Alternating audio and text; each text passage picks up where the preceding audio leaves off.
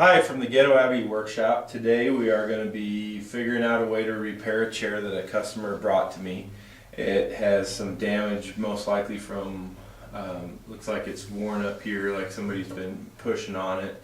And the tenon that goes inside this mortise on the chair is almost completely broken off. As you can see, the whole thing's loose. I've come up with a way to repair that tenon without having to remake this turning here. This main piece here is where the damage is. As you can see, everything else is loose on here. I mean, this whole thing could just come right apart. All the glue has failed, but some of the wood is left in there, and of course it's all broken off of here. So I'm going to glue everything back up on this chair and basically remake this tenon on here to fit into that mortise, and then clamp and glue everything, and it'll be good as new when I'm all done with it. Okay, I removed the back of the chair and I got everything apart, mainly this turning that I wanted to do the repair on. As you can see, the end of it is completely broken away. So the next thing I'm going to be doing is cutting that off flush, setting it up in the lathe, and using my tailstock to drill a hole as deep as I can get in there. I chucked a blank piece of wood in the lathe, and I'm turning to the diameter of the top of the spindle, just something to hold it while so I can mount it in there without scratching it up in the chuck. And it'll be a pressure fit, but I have to keep making passes at this until I get it to the round shape of the top, and it's got to fit fairly tight so it doesn't slip.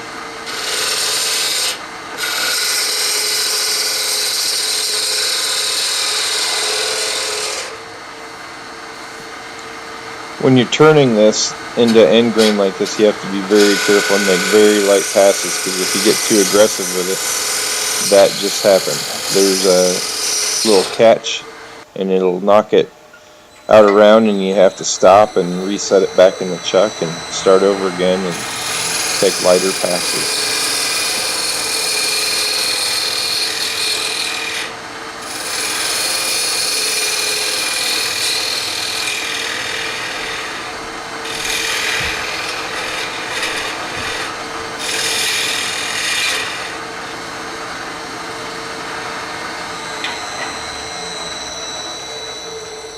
Okay, I'm going to check it for fit.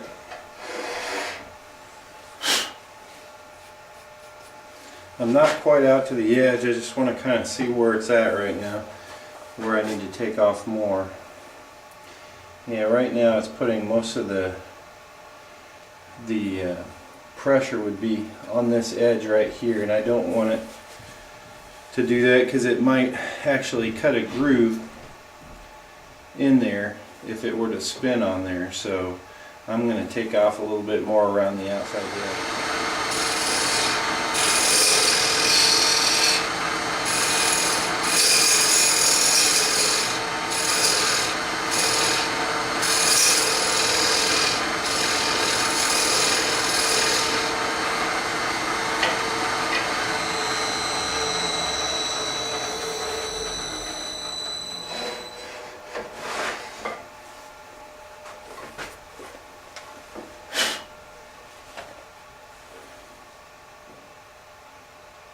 Okay, that's a perfect fit. I've got the end of the ball on this turning taped up, so when it does, and it probably will, slide in that holder that I just made, it won't do any damage to it. I've got enough tape on it. I feel comfortable that it's not going to scratch anything. I've measured the other end is 1 inch in diameter, and as I said before, I want to leave at least a 1/4 inch.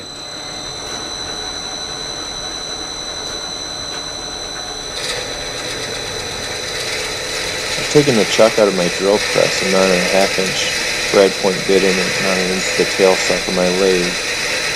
I'm turning the handle slowly and plunging it into the end with the spindle.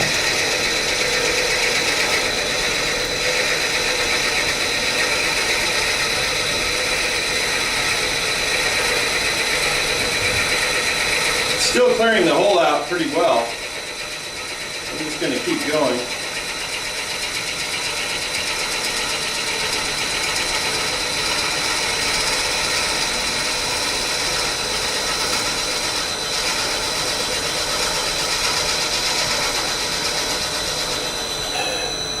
Now as I back out, you can see that it quit rotating. I'm going to have to hand twist this to get it off, because of course there's nothing holding it in on this end, but that's okay. I think we have a nice clean hole. Okay, I've got this out of the lathe. As you can see, I've drilled the hole in the end of it, 1/2 inch diameter. I've got a 1/4 inch of material all along the outside. It's a nicely centered hole. If it weren't centered, it wouldn't be the end of the world, because you're gonna make your tenon to fit in there. It's going to be a 1/2 inch diameter that you're going to slide in there. Now this goes in about 2.5 inches, but the outside we're going to leave it big, and then we're going to get that glued in here, and then we're going to put this whole thing in back into the lathe and turn the other half of the tenon that goes into the seat. So if you messed up a little bit and you didn't get this centered out, it really isn't a big deal, because you're going to fix that anyway. Here I'm ripping a 1 inch by 1 inch piece out of a scrap piece of ash that I had laying around the shop.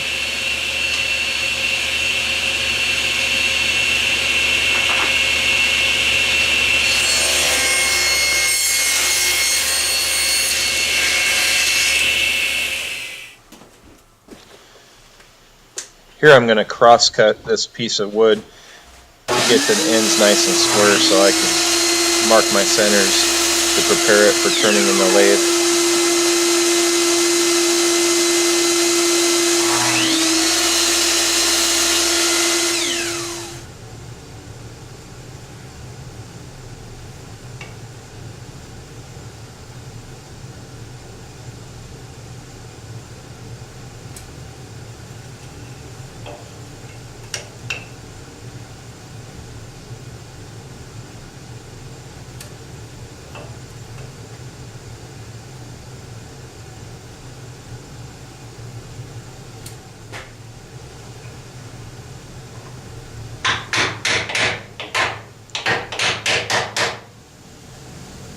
I place a mark about 2.5 inches from the end to turn around to. That'll be the part that fits inside the spindle.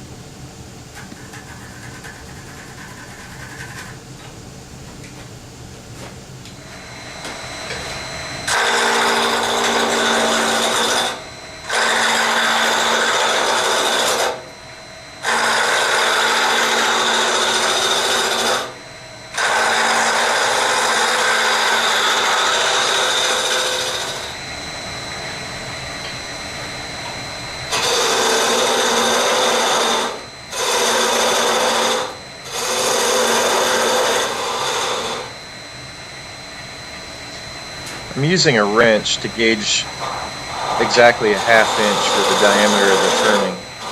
It's a little trick I learned, I can't remember where, but it gives you a very accurate diameter.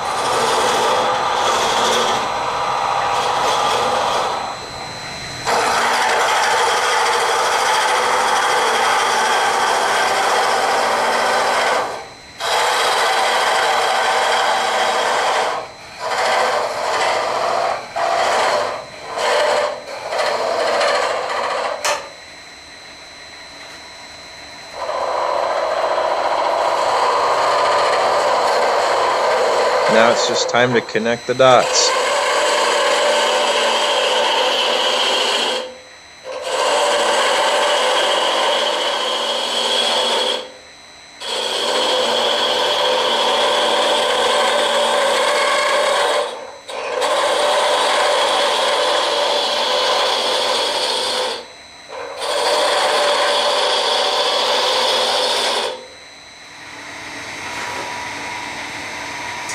The 1 inch scraper is a great tool for connecting the 2 points that I know are 1/2 inch. It makes a nice straight line across.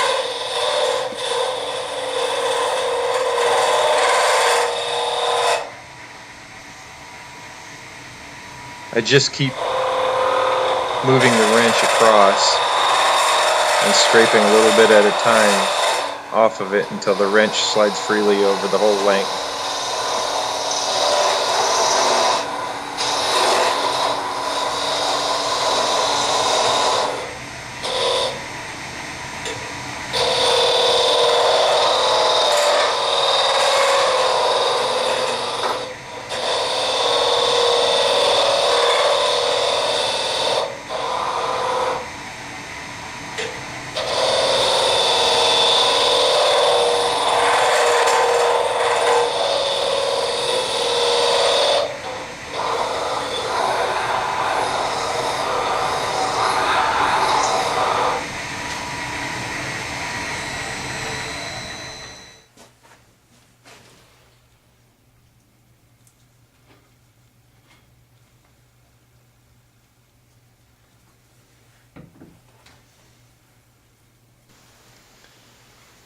I put a fair amount of glue inside, spread it around with a little acid brush, and I'll glue the outside and clamp it up and wait for it to dry.